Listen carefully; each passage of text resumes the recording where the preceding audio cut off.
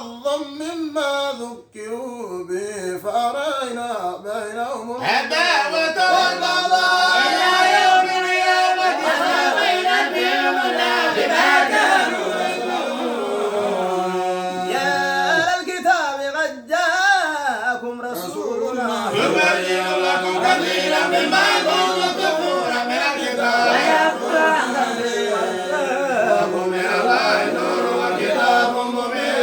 يهدي به الله من اتبع رضوانه سبل السلام ويخرجوا من الظلمات إلى النور بإذنه ويهدي إلى صراط مستقيم. لقد كفر الذين قالوا إن الله هو المسيح ابن مريم قل فمن يملك من الله شيئا إن أراد أن يهلك المسيح ابن مريم وأمه ومن في الأرض جميعا ولله ملك السماوات والأرض وما بينهما يعلم ما يشاء والله على كل شيء قدير. فقالت اليهود والنصارى نحن أبناء الله وأحباؤه قل فلم يعذبكم بذنوبكم بل أنتم بشر ممن خلق يغفر لمن يشاء ويعذب من يشاء ولله ملك السماوات والأرض وما بينهما إليه المصير.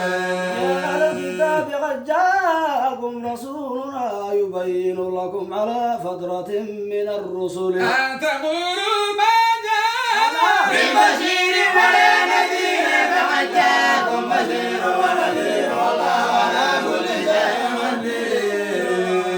وإذ قال موسى لقومه يا قوم اذكروا نعمة الله عليكم إذ جعل فيكم أنبياء وجعلكم ملوكا وآتاكم ما لم يؤت أحدا من العالمين.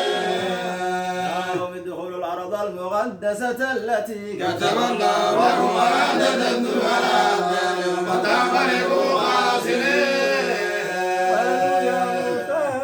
إن فيها قوما جبارين وإنا ولندخلها لا يخرجوا منها من يخرجوا منها فإنا داخلون. قال رجلان من الذين يخافون أنعم الله عليهم ادخلوا عليهم الباب فإذا دخلتم فإنه غالبون. وعلى الله فتوكلوا قالوا يا موسى إنا لن ندخلها أبدا ما داموا فيها فلتنت وربك وقاتلا إنا هنا قاعدون. قال رب إني لا أملك إلا نفسي وأخي الفضل بيننا وبين القوم الفاسقين. قال فإنها محرمة عليهم 40 سنة يتيهون فلا تسأل القوم الفاسقين. واتل عليهم نبأ ابني آدم بالحق إذ قربا قربانا فتقبل من أحدهما ولم يتقبل من الآخر قال لأقتلنك قال إنما يتقبل الله من المتقين. فإن بسطت إلي يدك لتقتلني أنا بباسط يدي إليك لأقتلك إني أخاف الله رب العالمين. إني أريد أن تبوء بإثمي وإنك فتكون من أصحاب النار ذلك جزاء الظالمين. وطوعت له نفسه وترغيب وأتبع من الخاسرين. فضغط الله غرابا يبحث في الأرض ليريه كيف يواري سوءته على يوم الباب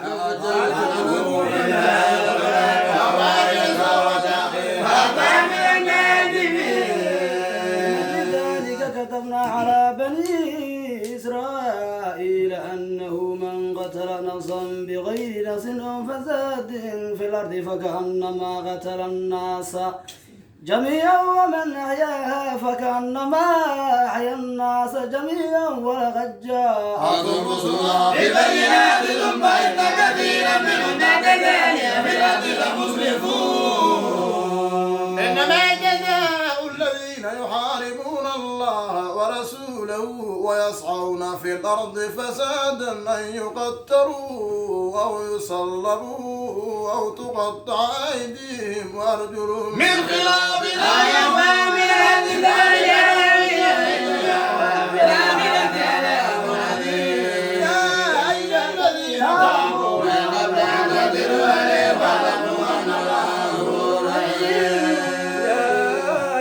الذين آمنوا اتقوا الله وابتغوا إليه الوسيلة وجاهدوا في سبيله لعلكم تفلحون. إن الذين كفروا لو أن لهم ما في الأرض جميعا ومثله معه ليفتدوا من عذاب يوم القيامة ما تغمر منهم ولا عذاب أليم. يريدون أن يخرجوا من النار وما هم بخارجين منها.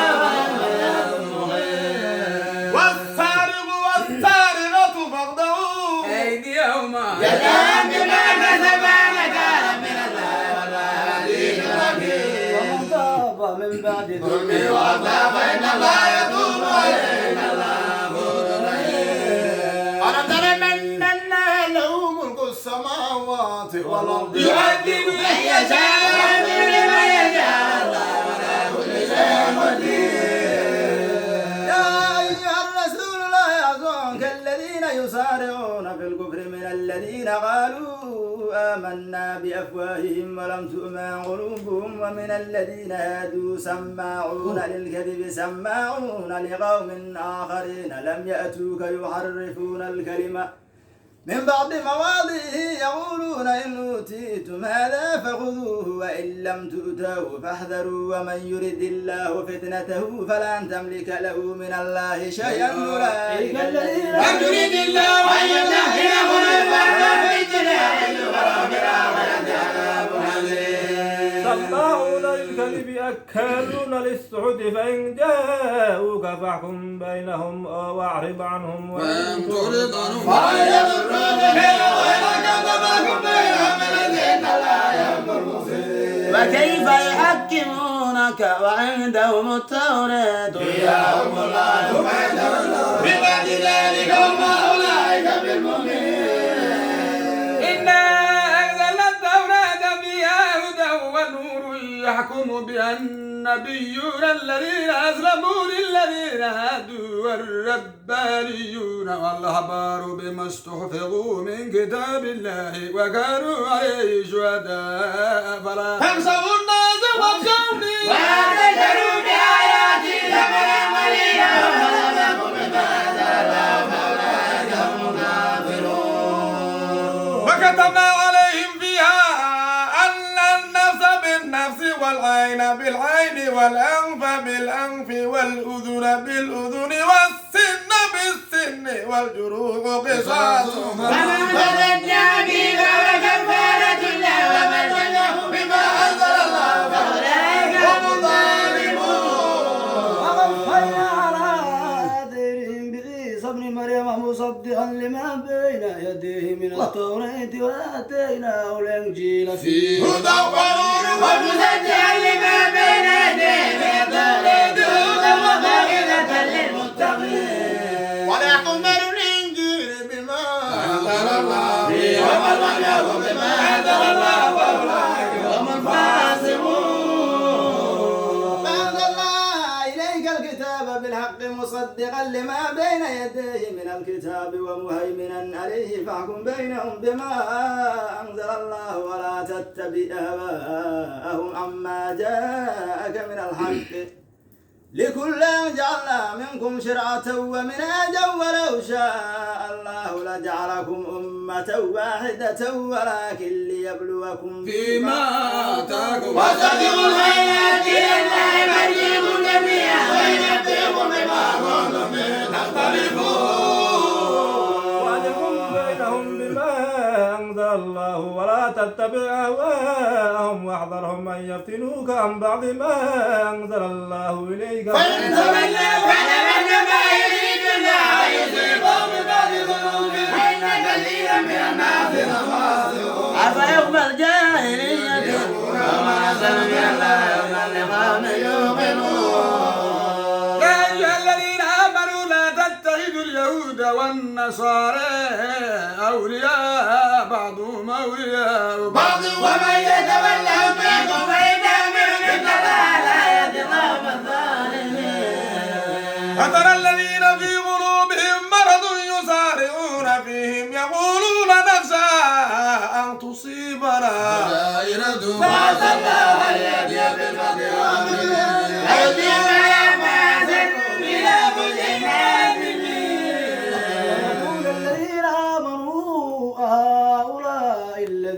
وأقسموا بالله جهد أيمانهم ظلم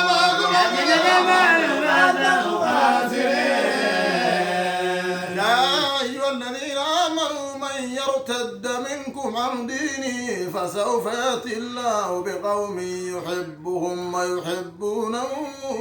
أذلة على المؤمنين عزة على الكافرين يجاهدون في سبيل الله ولا يخافون لومة لائم ذلك فضل الله يؤتيه من يشاء والله واسع عليم إنما وليكم الله ورسوله والذين آمنوا الذين يقيمون الصلاة ويؤتون الزكاة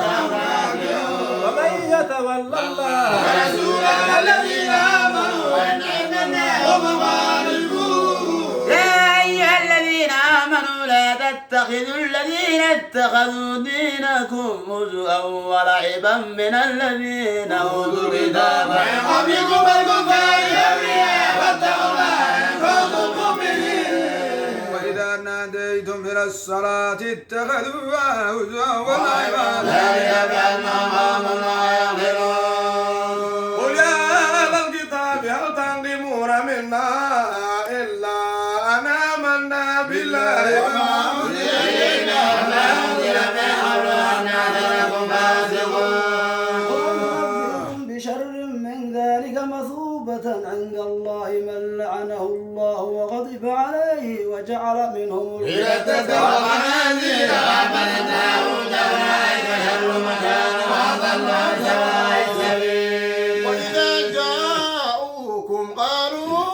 آمنا وقد دخلوا في الكفر وخرجوا به والله أعلم بما كانوا يكتمون وترى كثيرا منهم يسارعون في الإثم والعدوان عليهم السوداء في سماء كانوا يعملون لولا ينهاهم الربانيون والأخبار عن قولهم لكن من سوء وفي ما كانوا يصنعون وقالت اليهود يد الله مغلولة غلت أيديهم ولعنوا بما قالوا بل يداه مبسوطتان ينفق كيف يشاء وليزيدن كثيرا منهم ما أنزل إليك من ربك طغيانا وكفرا وألقينا بينهم العداوة والبغضاء إلى يوم القيامة وقدرنا لبهم بأن لا يريدون بالأرض فساد والله يحب المفسدين ولو أن أهل الكتاب آمنوا واتقوا وكفرنا عنهم سيئاتهم وأدخلناهم جنات النعيم ولو أنهم أقاموا التوراة والإنجيل وما أنزل إليهم من ربهم لأكلوا من فوقهم ومن تحت أرجلهم منهم أمة مقتصدة وكثير منهم ساء ما يعملون يا أيها الرسول بلغ ما أنزل إليك من ربك وإن لم تفعل فما بلغت رسالته والله يعصمك من الله إنما لا يهدي القوم الكافرين قل يا أهل الكتاب لستم على شيء حتى تقيموا التوراة والإنجيل وما أنزل إليكم من ربكم وليزيدن كثيرا منهم ما أنزل إليك وإن ربهم يعلمون فلا تسأل القوم الكافرين إن الذين آمنوا والذين هادوا والسابئون والنصارى من آمن بالله واليوم الآخر وعمل صالحا ولا خوف عليهم ولا هم يحزنون وقد أخذنا ميثاق بني إسرائيل وأرسلنا إليهم رسلا كلما جاءهم رسول بما لا تهوى أنفسهم فريقا كذبوا وفريقا يقتلون وحسبوا ألا تكون فتنة فعموا وصموا ثم تاب الله عليهم وسموا كثير منهم والله بصير بما يعملون فقد كفر الذين قالوا إن الله هو المسيح ابن مريم وقال المسيح يا بني إسرائيل اعبدوا الله ربي وربكم إنه ويجري بالله وقد أرغب الله جنة ومأواه النار وما للظالمين من أنصار لقد كفر الذين قالوا إن الله ثالث ثلاثة وما من إله إلا إله واحد وإن لم ينتهوا عما يقولون ليمسن الذين كفروا بهم عذاب أليم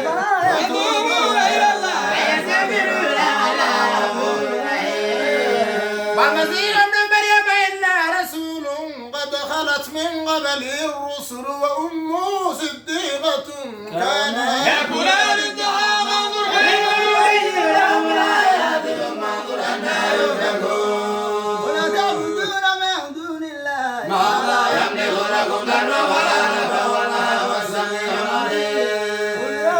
أهل الكتاب لا تغلوا في دينكم غير الحق ولا تتبعوا وضلوا كثيرا وضلوا عن سواء لئن الذين كفروا من بني إسرائيل على لسان داود وعيسى ابن مريم ذلك بما عصوا فكانوا يهتدون قالوا لا ينهون عن منكر قالوا لبئس ما كانوا يفعلون ترى كثيرا منهم يتولون الذين كفروا لبئس ما قدمت لهم أنفسهم أن سخط الله عليهم ولو كانوا يؤمنون بالله والنبي وما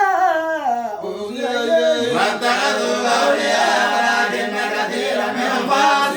فاسقون لتجدن أشد الناس عداوة للذين آمنوا اليهود والذين أشركوا ولتجدن أقربهم مودة للذين آمنوا الذين قالوا إنا نصارى ذلك بأن منهم قسيسين ورهبان وأنهم لا يستكبرون وإذا سمعوا ما أنزل إلى الرسول ترى أعينهم تفيض من الدم مما عرفوا من ربهم يقولون ربنا آمنا فكنا مع الشاهدين وما لنا لا نؤمن بالله وما جاءنا بالحق ولم يهدنا ربنا ما هو فأثابهم الله بما قالوا جنات تجري من تحتها خالدين فيها وذلك جزاء المحسنين والذين كفروا وكذبوا بآياتنا أولئك أصحاب الجحيم يا أيها الذين آمنوا لا تحرموا طيبات ما أحل الله لكم فلا تعتدوا إن الله لا يحب المعتدين كلوا مما رزقكم الله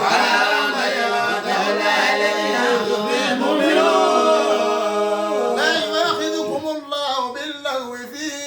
أيمانكم ولكن يؤاخذكم بما عقدتم الأيمان فكفارته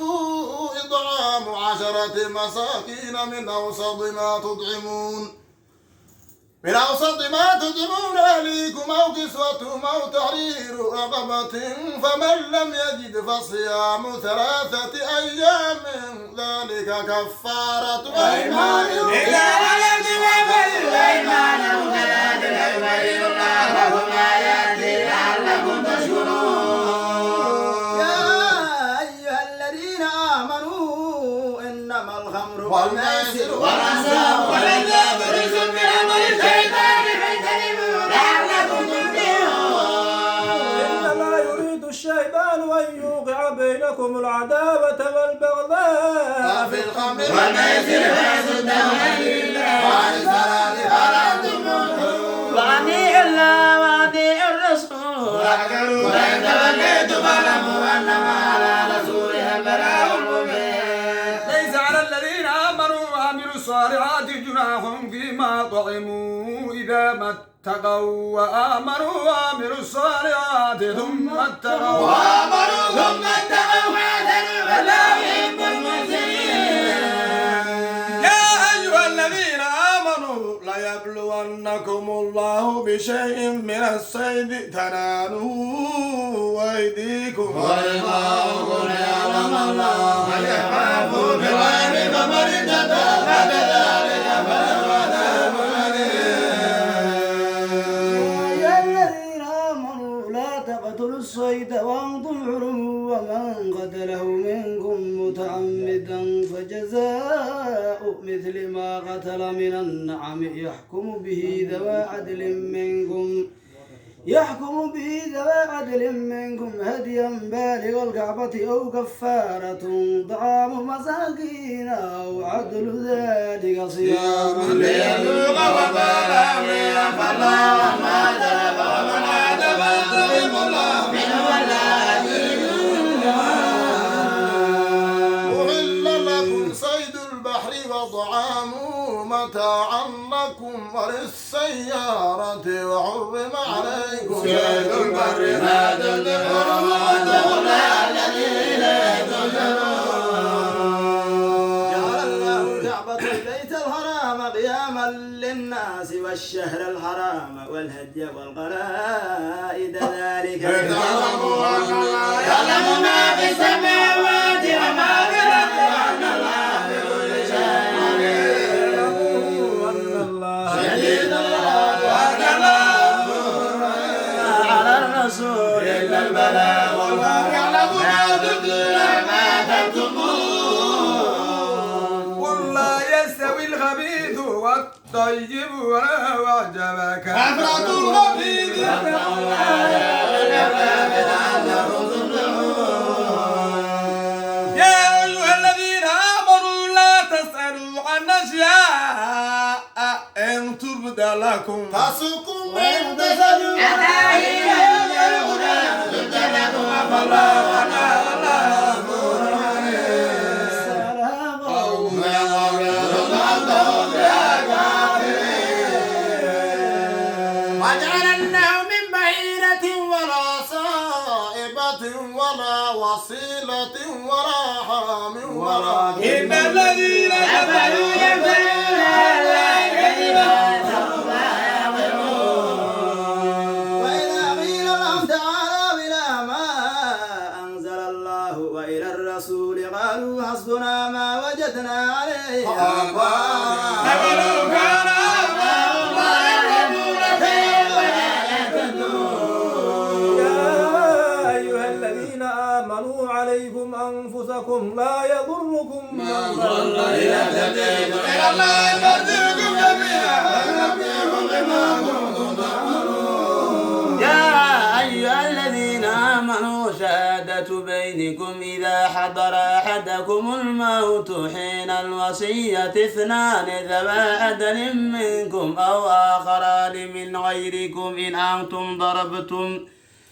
أنتم ضربتم في الأرض فأصابتكم مصيبة الموت تحبسونهما من بعد الصلاة ويقسمان بالله إن ارتبتم لا نشتري به ثمنا ولو كانت قربى ولا نكتم شهادة الله إنا إذا لمن الآثمين. فينذر على أنهما استحقا إثما فآخران يقومان مقامهما من الذين استحق عليهم الأوليان فيقسمان بالله وشهادتنا أحق من شهادتهما ونتبعنا إنا إذا لمن الظالمين. ذلك أدنى أن يأتوا بالشهادة على وجهها أو يخافوا لا ترد أيمان بعد أيمان واتقوا الله والله لا يهدي القوم الفاسقين. يوم يجمع الله الرسل ويقول بعد ويجب قالوا لا علم لنا إنك أنت علام الغيوب.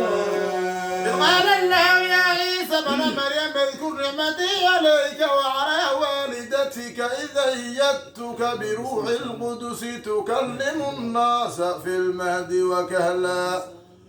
وإذ علمتك الكتاب والحكمة والتوراة والإنجيل وإذ تخلق من الطين كهيئة الطير بإذني فتنفخ فيها فتكون طيرا بإذني وتبرئ الأكمى والأبرص بإذني وإذ تخرج الموتى بإذني وإذ كففت بني إسرائيل عنك إذ جئتهم بالبينات فقال الذين كفروا منهم هذا إلا سحر مبين. وإذ أويت إلى الحواريين آمنوا برسول آمنا بأننا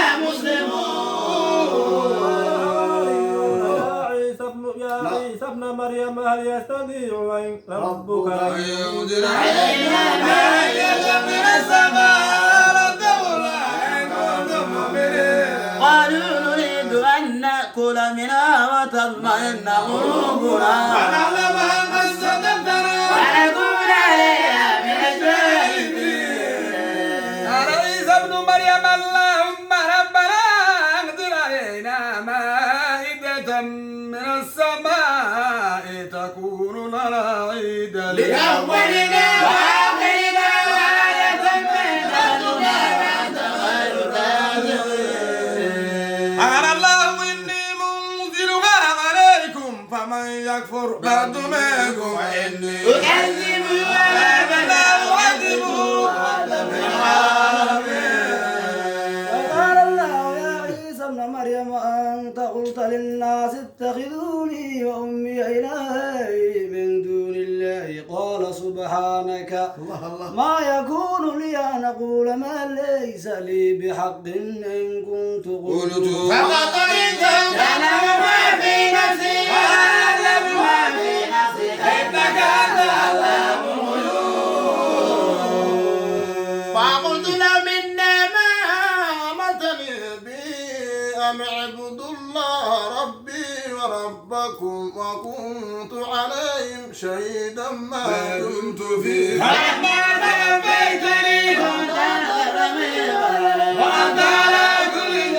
شيء تعذب فإنك عبادك تغفر وإنك أنت العزيز الحكيم قال الله هذا يوم ينفع الصادقين صدقهم لهم جنات تجري من تحتها الأنهار خالدين فيها أبدا رضي الله عنهم ورضوا عنه ذلك الفوز العظيم إنا ملك السماوات